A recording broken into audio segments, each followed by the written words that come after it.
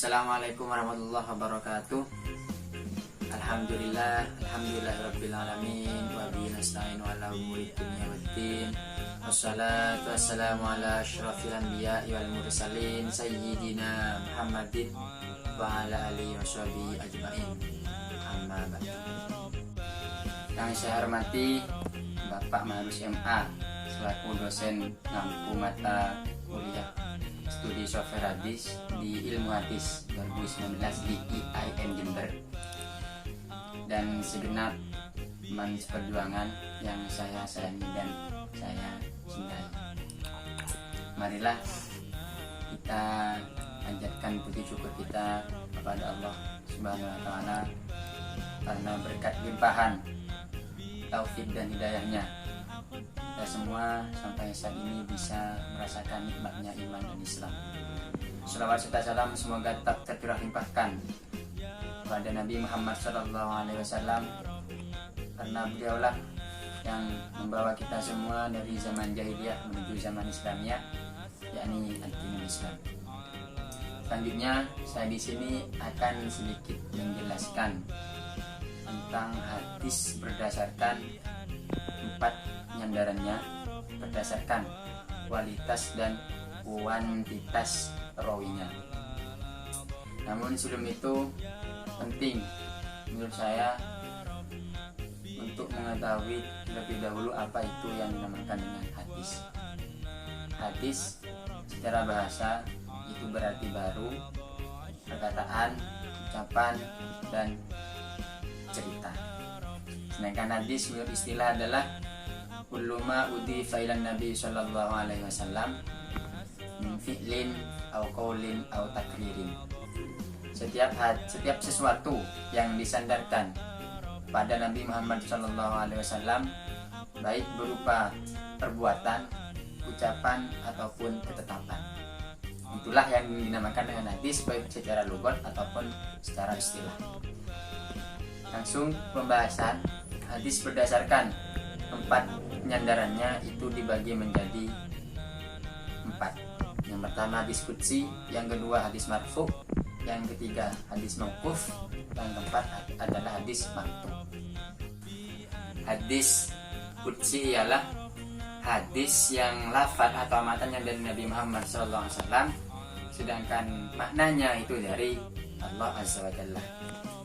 Yang kedua hadis marfu. Hadis marfu ialah hadis yang disandarkan kepada Nabi Muhammad SAW, baik yang menyandarkan itu sahabat atau bukan, baik sanadnya mutasil atau munqati.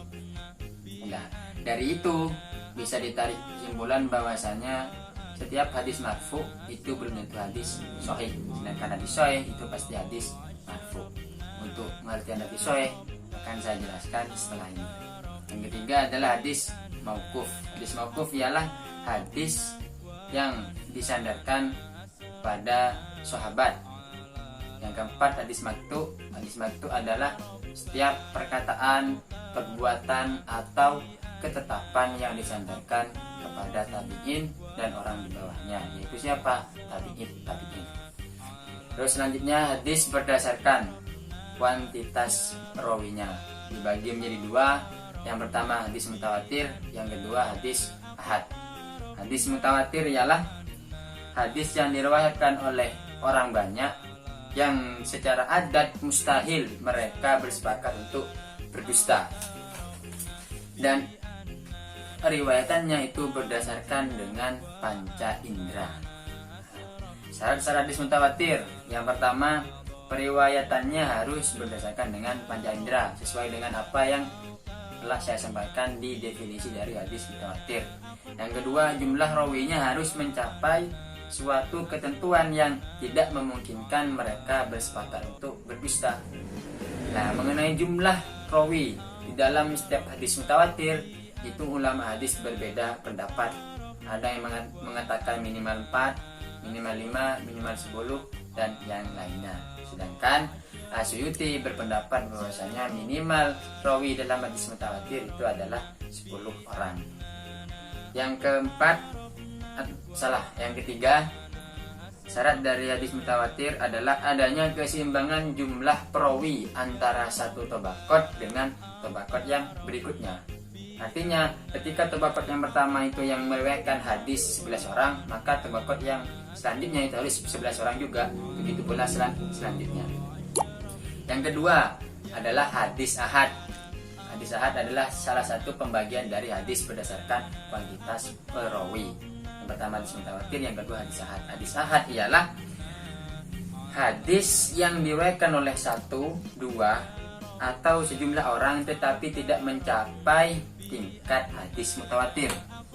Dan hadis ahad itu dibagi menjadi 3. Yang pertama hadis masyhur, yang kedua hadis aziz, dan yang ketiga itu hadis gharib. Hadis masyhur ialah hadis yang diriwayatkan oleh 3 rawi atau lebih kan tapi tidak sampai pada batasan mutawatir. Dan hadis aziz adalah hadis yang diriwayatkan oleh 2 perawi. Hadis gharib, hadis yang diriwayatkan oleh 1 perawi saja. Nah, dalam hadis gharib tidak disyaratkan harus semua tobakot ada 1 orang perawi saja, kan tapi cukup pada salah satu tobakot dari beberapa tobakot di dalam hadis ada 1 orang perawi saja sudah bisa dikatakan dengan hadis gharib. Selanjutnya hadis berdasarkan kualitas perawinya dibagi menjadi 3. Yang pertama hadis sahih, yang kedua hadis hasan, dan yang ketiga hadis dhaif. Hadis sahih ialah hadis yang bersambung sanadnya, diriwayatkan oleh rawi yang adil serta dhabit, dan di dalamnya tidak terdapat syadz dan illat.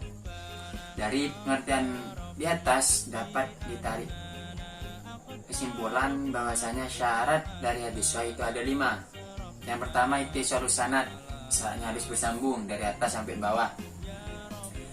Yang kedua, rawinya harus adil.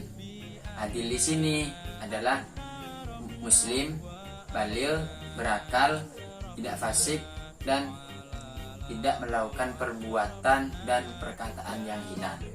Yang ketiga, rawinya harus dhabit. Maksudnya dhabit apa? Kuat hafalannya dan imannya. Yang keempat, syaratnya tidak ada syadz di matanya. Maksudnya syadz di sini adalah tidak bertentangan dengan rawi yang lebih baik darinya dan lebih thiqah darinya. Yang kelima, tidak ada ilat, tidak ada cacat. Nah, cacat di sini ada yang fi sanad, ada yang fil matan, ada yang fi sanad wal matan. Yang selanjutnya adalah hadis hasan. Hadis hasan ialah hadis yang sambung sanadnya dan diriwayatkan oleh rawi yang adil serta dhabit, akan tapi kedhabitannya di bawah tingkat kedhabitan rawinya hadis sahih, serta di dalamnya tidak ada syadz dan illah. Yang nomor 3 yaitu hadis dhaif.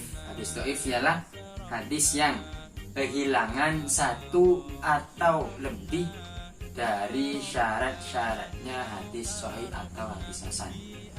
Artinya dalam hadis dhaif itu ada 1 atau lebih syarat-syarat hadis sahih atau hadis hasan yang tidak terpenuhi. Karena hadis dhaif itu banyak macamnya, ada hadis malak, ada hadis mudallas itu dan semacamnya. Mungkin hanya itu yang bisa saya sampaikan. Kurang lebihnya mohon maaf sebesar-besarnya. Kalau ada yang benar itu murni dari Allah Subhanahu wa taala. Kalau ada yang salah itu murni dari saya sendiri. Walafu minkum. Wallahul muwaffiq li aqwamit thoriq. Wassalamualaikum warahmatullahi taala wabarakatuh.